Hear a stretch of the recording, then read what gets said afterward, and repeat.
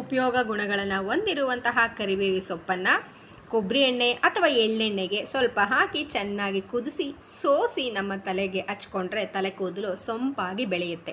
ಅಷ್ಟೇ ಅಲ್ಲದೆ ಸಂಶೋಧನೆ ಪ್ರಕಾರ ಕರಿಬೇವಿನ ಸೊಪ್ಪಿನ ಹೆಚ್ಚಿನ ಸೇವನೆಯಿಂದ ರಕ್ತದಲ್ಲಿರುವಂತಹ ಸಕ್ಕರೆಯ ಅಂಶ ಗಣನೀಯವಾಗಿ ಇಳಿಮುಖವಾಗಿದೆ. ಅಂದರೆ ಯಾರಿಗೆಲ್ಲ ಈ ಸಕ್ಕರೆ ರೋಗ ಇದೆ, ಡಯಾಬಿಟೀಸ್ ಇದೆ, ಅವರು ಹೆಚ್ಚಾಗಿ ಕರಿಬೇವಿನ ಸೊಪ್ಪ ಸೇವೆ ಮಾಡೋದ್ರಿಂದ ತುಂಬಾ ಉಪಯೋಗ ಅಂತ ಅರ್ಥ.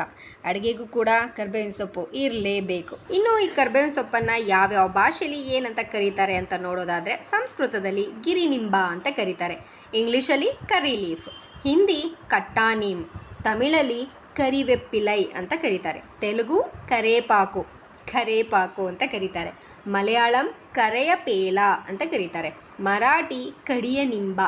ಇದರ ವೈಜ್ಞಾನಿಕ ಹೆಸರು ಮುರ್ರಯ ಕೋನೆಗಿ. ತುಂಬ ಡಿಫ್ರೆಂಟ್